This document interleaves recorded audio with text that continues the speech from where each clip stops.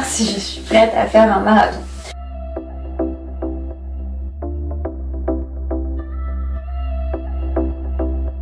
Bonjour à tous, j'espère que vous allez bien. Je suis contente de vous retrouver aujourd'hui sur ma chaîne YouTube pour une sorte de vlog foire aux questions spéciale marathon. Donc on est jeudi, je vous emmène en fait faire une séance de fractionné avec moi ce midi. Mais je me suis dit que j'allais vous montrer le petit déj que je prends pour cet entraînement là tout à l'heure. Voilà.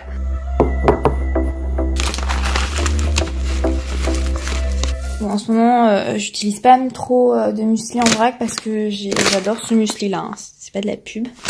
Mais d'habitude, j'utilise plutôt des mueslis en vrac. Voilà. Là, je vais rajouter de l'eau. Voilà. Ensuite, je vais le passer au micro-ondes. Avant, voilà, je vous montre. Donc, il y a de l'eau là. Hop.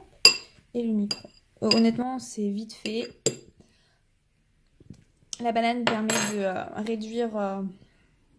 de bien gérer. Bon après je sais que c'est pas tip top de passer son truc au micro-ondes, gna gna gna.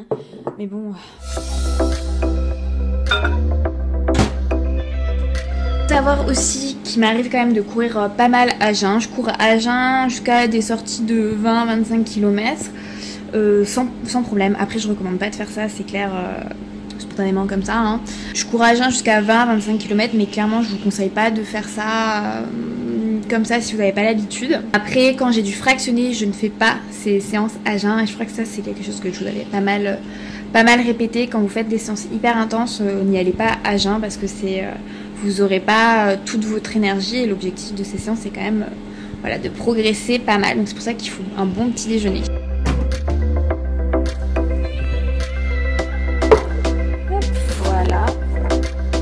Les bananes sont pas mal ramollies, c'est ce que j'aime. Le chocolat a fondu.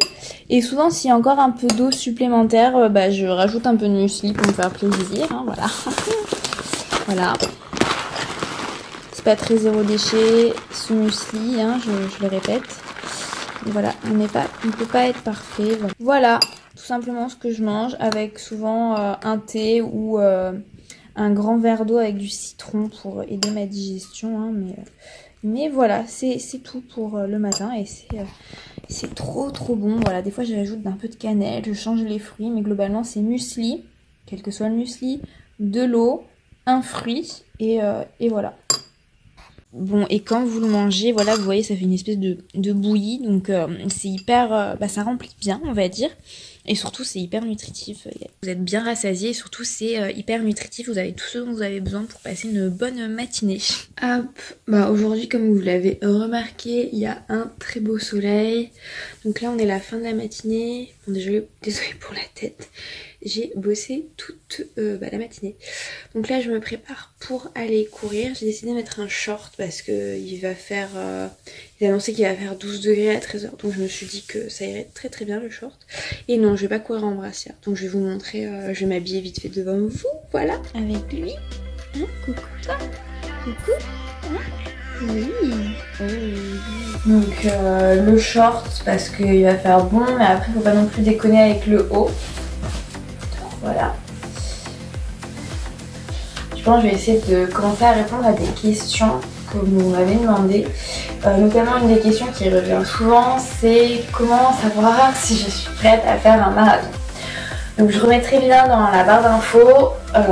J'avais écrit un article à ce sujet parce que non, un marathon ce n'est pas 2 semi-marathons, hein, c'est vraiment pas la même chose, ça demande un peu plus de préparation. Après, à savoir quand est-ce qu'on se sent prêt à s'inscrire à un marathon. Honnêtement, il y a plusieurs écoles.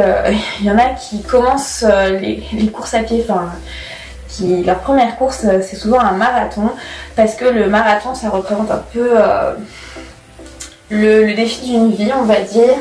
Donc ils se préparent pendant 1 an pour faire le marathon. Moi je dirais plutôt, et je suis plutôt de cette école là, il vaut mieux en fait faire plusieurs courses avant, donc c'est à dire des 10 km, des semi-marathons, et puis quand vous vous sentez déjà à l'aise sur le 10 km, semi-marathon, passez à la vitesse supérieure et faites un marathon. Après il faut savoir que avant de se sentir prête pour un marathon, honnêtement on ne se sentira jamais prêt pour faire des marathons. Même moi, avec plusieurs marathons derrière moi, je sais que j'ai toujours ce petit stress parce que le marathon c'est quand même un univers, en fait on ne sait jamais trop ce qui va se passer et c'est ça qui est un peu magique sur cette course et c'est pour ça d'ailleurs que j'aime bien le marathon.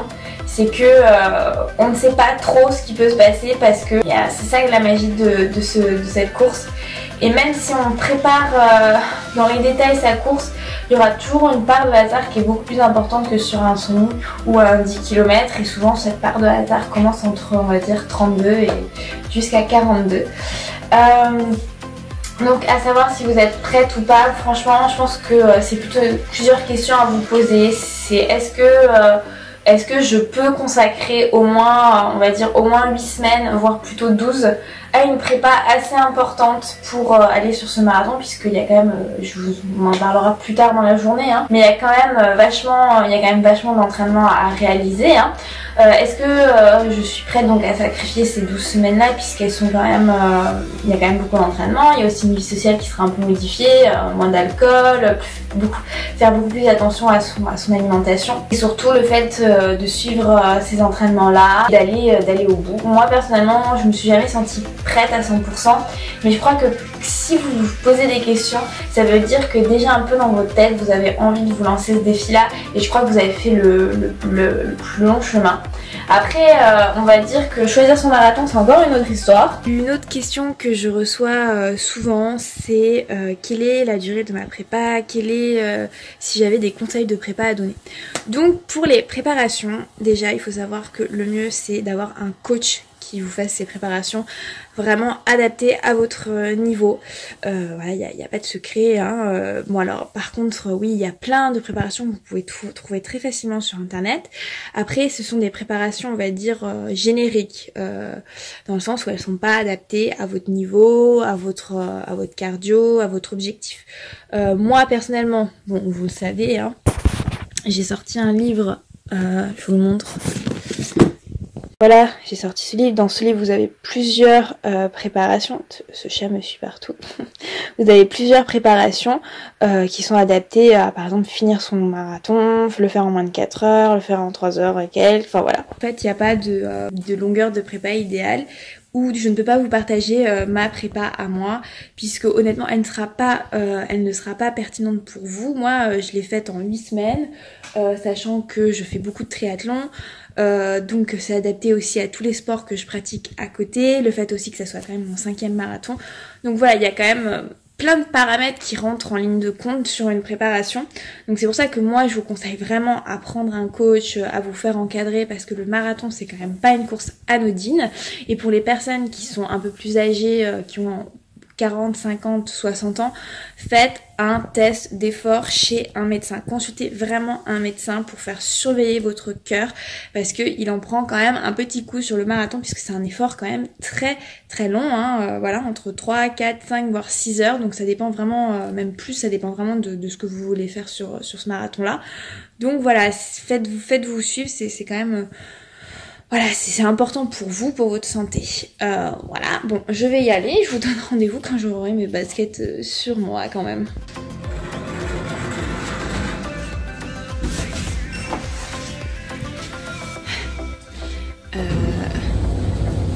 Si en fait je prends la voiture, c'est parce qu'en fait après je vais chez mes parents. Donc en fait je vais aller courir pas très loin de chez mes parents, là où il y a une piste pour faire du fractionné.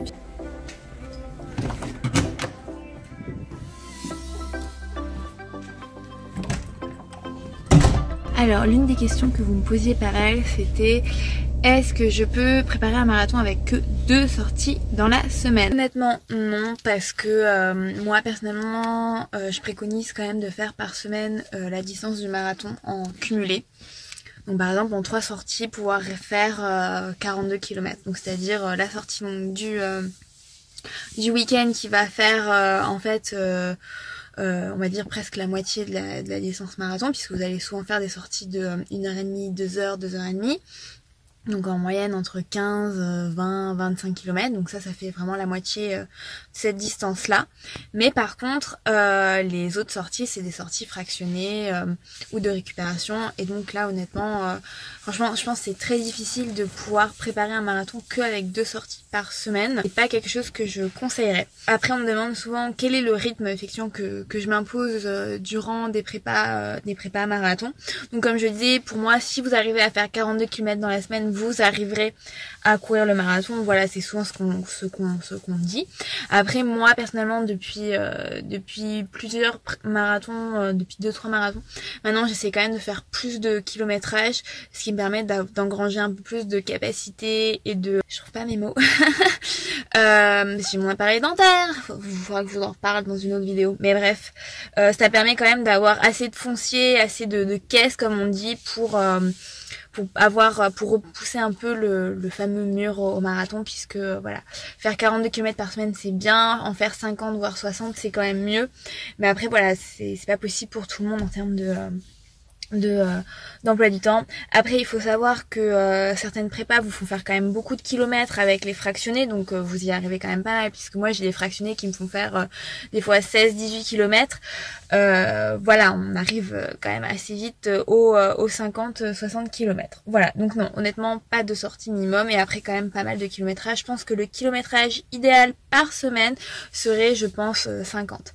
Voilà, là je suis prête à aller courir. J'ai emmené la caméra avec moi, comme ça je pourrai continuer à répondre à vos questions pendant mon fractionné. Voilà, j'espère que ce genre de vidéo vous plaît. D'ailleurs, pensez à vous abonner à ma chaîne YouTube. Je sais pas si je vous en avais parlé, mais j'utilise pas mal ça. Avec mon téléphone dedans, c'est pratique. Voilà, c'est parti. Vous me demandez souvent comment je fais pour récupérer. Alors, la récupération, quand on fait beaucoup de triathlon, c'est assez différent au final, parce qu'on a l'habitude de prendre beaucoup de charges d'entraînement. Donc en fait, la récupération, ça dépendra vraiment de vous et de votre niveau de base. Par exemple, moi, c'est vrai que je peux nager dans la même journée, faire du vélo dans la même journée et avoir une sortie fractionnée. Donc je serais pas un très bon exemple. Mais par exemple, pour mon premier marathon, je prenais vraiment 1 à 2 jours entre chaque séance de fractionné, et ça c'est super important pour que mon corps puisse s'adapter et progresser en fait entre chaque séance. Donc la réponse c'est vraiment respecter 1 ou 2 jours entre chaque entraînement. Alors moi personnellement, durant mes prépas marathon, je suis au minimum 3 sorties, 2 fractionnés et une sortie longue. Après, je fais aussi beaucoup de vélo à côté, ce qui permet de travailler l'endurance en se fatiguant beaucoup moins, puisque le vélo apporte moins d'impact.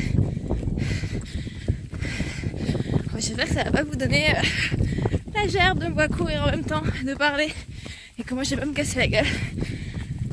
Sur ces sorties, j'essaie d'en ajouter une 4e que je réalise soit en récupération, soit en tempo, allure marathon ou allure semi-marathon, pour travailler vraiment les allures.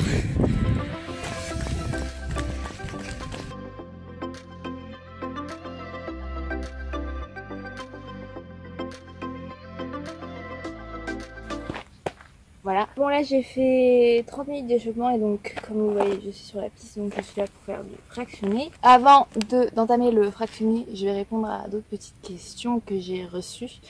Alors, comment ça se passe si vous êtes malade et que vous ratez une séance, ou que vous êtes fatigué, ou bref, vous ne pouvez pas faire la séance de votre prépa? Une séance ratée est une séance ratée, vous pouvez pas, voilà, je suis désolée, vous pouvez pas la remplacer. Par contre, vous pouvez la compenser pour d'autres séances après, ou par exemple sur du vélo.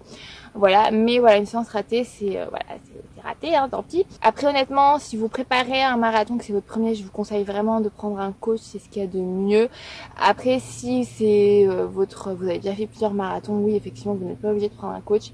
Mais moi, c'est plutôt quelque chose que je recommanderais. Autre petite question que j'ai reçue aussi. Alors, vous étiez à me demander plutôt 10 ou 12 semaines de prépa. C'est pareil, le nombre de semaines de prépa va dépendre de votre niveau de base. Si c'est votre premier marathon, forcément, la prépa risque d'être un peu plus longue. Voilà, ça dépend vraiment de votre niveau de base. Et comme je dis, voilà, il vaut mieux prendre un coach. Après, c'est vrai que mon livre est pas mal pour vous aider si vous n'avez pas le budget pour un coach. Ensuite, en termes de nutrition, forcément en nutrition, il faut faire beaucoup plus attention quand on fait une prépa marathon, et c'est peut-être quelque chose qu'on ne vous dit pas vraiment quand vous vous engagez sur le marathon, c'est que va falloir faire attention à ce que vous mangez. Vu que vous vous entraînez plus, forcément vous allez manger plus, vous allez avoir plus faim, mais c'est pareil, c'est toute une question d'équilibre et de manger vraiment des fruits, des légumes et des féculents pour pas avoir de coups de mou. Ensuite, il y avait une autre question pas mal qui était, je sais pas si vous me voyez toujours là, j'en sais rien. Il y avait une autre question où vous me disiez, oui, comment tu fais pour les sorties longues, pour emmener tes ravitaux, tout ça. Et alors, en fait, moi, je prends un camel bag pour toutes les sorties qui excèdent 20 km. Donc, ouais, parce que je bois et j'aime bien emmener une petite pompote avec moi. Sinon, en dessous, j'emmène juste ma gourde à la main. Et un petit ravito au cas où avec moi, voilà, c'est un toujours souvent. Je vais faire mon fractionné et je répondrai à d'autres questions ensuite. Petite pause pendant ces 800, là je suis à un peu plus de la moitié, il m'en reste pas beaucoup. Autre question que vous m'aviez posée aussi, comment ça se passe si vous n'arrivez pas à tenir les allures sur les fractionnés, tout ça. Alors il faut savoir que la plupart des plans d'entraînement sont basés en fonction de votre VMA. Après vous n'êtes pas obligé de calculer votre VMA, mais ça va vous permettre, en calculant votre VMA, de vraiment vous fixer un objectif réaliste sur le marathon et surtout vous fixer un objectif réaliste sur les allures que vous devez tenir sur le fractionné. Voilà, après ça arrive toujours d'avoir un petit coup de moins bien, hein. Voilà, moi des fois il y a des fractionnés, j'arrive pas du tout à tenir l'allure, je suis pas bien, j'ai mal au ventre. Après vous savez il y a les règles aussi qui rentrent en ligne de compte, donc voilà, il faut pas se désespérer. Si vous arrivez au bout de cette séance, c'est tant mieux, c'est tant mieux si vous arrivez au bout de cette séance, mais c'est pas grave si vous avez pas réussi à tenir l'allure. Au moins vous avez fait la séance, ne culpabilisez pas, n'abandonnez pas parce que vous voyez que vous n'arrivez pas à tenir l'allure. L'important c'est vraiment de faire sa séance. Voilà. Ensuite, une autre question qui est plus sur les entraînements croisés, le fait de faire du renforcement à côté du marathon. Honnêtement, moi, ce que je vous conseille, si c'est votre premier marathon, diminuez vraiment tout ce qui est les petits cours que vous faites à côté, le body pump. Voilà, essayez de garder que du renforcement sans impact et pourquoi pas du yoga, de la natation ou du RPM. Mais voilà, évitez vraiment tout ce qui est les sports d'impact en plus, parce qu'avec la course à pied, vous allez en avoir, et surtout la prépa, vous en allez avoir bien assez. Voilà, je vais vite reprendre mes fractionnés, quoi. Allez, encore 4800.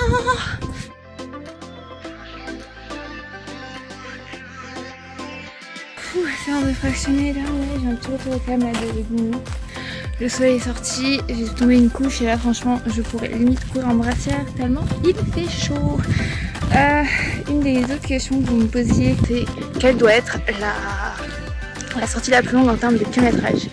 C'est pareil, tout dépend en fait de la prépa que vous faites, parce qu'il y a des prépas qui vous font le faire en termes de temps. Donc par exemple, votre plus longue sortie doit être de 2h45. Il y a des prépas qui vont les faire en termes de kilomètres. Moi, je préfère faire en kilomètres parce que je travaille certaines allures, puis il y a d'autres sorties longues que je fais en mode tranquille, voilà. Donc je préfère les faire en kilomètres que en termes de temps. Moi, personnellement, la sortie la plus longue que je fais, c'est un 30 km, souvent 31. Ça me permet de vraiment aller au bout. Après non, vous ne ferez jamais 42 km à l'entraînement, c'est pas l'objectif. Et contrairement au semi-marathon, vous approcherez même pas de 35 ou 38, ça sert à rien. C'est hyper fatigant pour rien. Donc voilà, moi ma plus longue sortie ça sera ça. Et je vous recommande de faire 28-30, c'est quand même pas mal comme longue sortie. Vraiment au milieu de votre prépa, au moment du plus haut. Après, vous me demandiez souvent aussi si vous deviez faire des 10 km ou des semi-marathons officiels, donc des courses officielles durant votre prépa. C'est vrai que c'est recommandé de faire pourquoi pas de faire un semi-marathon officiel. Si vous faites le marathon de Paris, souvent vous faites le semi de Paris, voilà, c'est un peu la logique, dans la logique des choses en fait. Mais il n'y a pas de logique. Moi par exemple là pour ma préparation au marathon de Tokyo, je ne fais aucune course officielle, voilà. Ça permet en fait un peu de se jauger, mais ce qui est dangereux c'est si vous faites par exemple ce semi-marathon là que vous faites, vous pouvez pas le faire à fond, c'est en fait c'est une sortie de préparation, donc c'est plutôt pour tester un peu vos acquis, donc voilà, c'est en fonction de vous. Après c'est vrai que c'est quand même sympa de faire un semi-marathon officiel durant votre prépa marathon, voilà. Mais voilà, ça dépend de tout le monde. Je vais rentrer. Ah, il fait super beau, c'est trop agréable. Après, je crois que vous me demandiez aussi si je prenais, quel type de ravito je prenais en fait sur mes sorties longues. Ça dépend. Des fois je prends des pommes potes, des fois je prends une pomme avec moi carrément, des fois je prends, vu que c'est la saison des clémentines, je prends une clémentine avec moi, c'est super facile à manger. Et je n'hésite pas à faire des pauses. Oui, vous pouvez faire des pauses pendant vos sorties longues. Je sais que des fois je reçois des messages en mode je culpabilise trop, j'ai fait une pause pendant ma sortie longue. Et non, moi je fais des pauses. Regardez, là je fais un fractionné, bon là je vais faire le retour au calme et je fais une pause. Non, vous pouvez tout à fait faire des pauses. Moi je fais des pauses pour boire, je fais des pauses pour faire des photos. Il y a pas de souci à faire des pauses. Faut juste pas qu'elles soient trop prolongées, du genre 20 minutes. Là ça sert à rien. C'est vraiment genre 2-3 minutes pour boire, manger et c'est tout. Voilà, je rentre.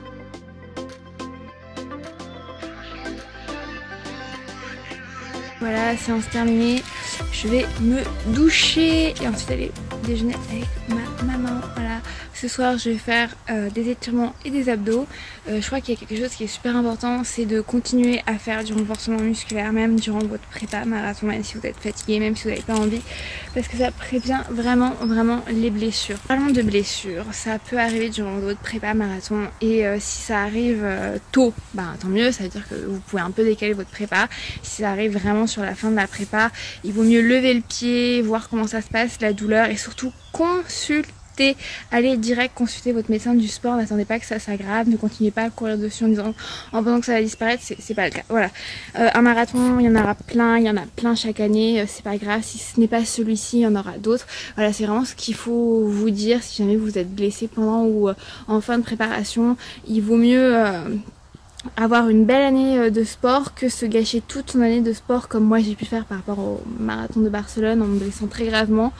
Voilà, il vaut mieux voilà, il vaut mieux renoncer que aggraver sa blessure, et ça c'est quelque chose que j'ai envie de vous répéter, d'insister. Voilà. Pour finir à la vidéo, je voulais aussi, voilà, donc je me suis douchée, répondre à une autre question qui était plus sur la démotivation, tout ça, sur les coups de fatigue. Donc c'est vrai que je me souviens sur mes premières prépa marathon, j'avais vraiment beaucoup de fatigue, surtout l'après-midi quand je faisais mes fractionnés entre midi et 2 et que je reprenais le boulot. Donc honnêtement voilà, il faut se préparer au fait que vous allez avoir des petits coups de mou, de la fatigue, parce que forcément vous préparez un marathon, c'est forcément fatigant, vous changez forcément votre rythme, donc forcément voilà, vous allez être plus fatigué. Pour vous dire que quand vous avez ces coups de démotivation, il faut penser au marathon, penser à pourquoi vous faites tout ça, et je vous promets que vous allez tenir, et essayez de visualiser dans votre esprit la ligne d'arrivée, la joie que vous allez ressentir, la fierté avec votre médaille, et voilà, vous aurez fait tout ça pour ça, et ça va être c'est vraiment super comme sensation. Voilà moi comment je gère ma démotivation. Je sais de voir le bout du tunnel, même s'il faut savourer toutes les séances que vous allez faire, et surtout kiffer tous les progrès que vous allez faire, parce que la prépa marathon ce n'est pas qu'une prépa pour un marathon, c'est beaucoup de progrès sur votre corps, sur votre vitesse, sur votre résistance à l'effort, à la douleur, donc voilà. Après en ce qui concerne la fatigue, c'est pareil, c'est vraiment apprenez à bien gérer votre nutrition et à faire attention à ce que vous mangez, à manger de vraies calories nutritives, hein, donc vraiment des légumes, des féculents, voilà, out les trucs un peu trop industriels, tout ce qui est vraiment les produits transformés qui ne vont pas vous apporter des calories nutritives pour vous, pour vos efforts, voilà. En ce qui concerne la PPG, j'en ai déjà parlé un peu avant, donc tout ce qui est préparation physique générale, voilà, moi c'est vraiment de la musculation que je fais. N'oubliez pas de re-regarder ma vidéo spéciale prévention des blessures pour les coureurs, elle est là, voilà. Mais je vous prépare un petit workout un peu plus spécifique pour ça. J'espère que cette petite vidéo course à pied, foire aux questions vous aura plu. N'hésitez pas à me laisser un commentaire pour me dire si ça vous a plu, si vous en voulez d'autres, si vous avez d'autres questions, voilà, laissez un commentaire dans ce sens-là.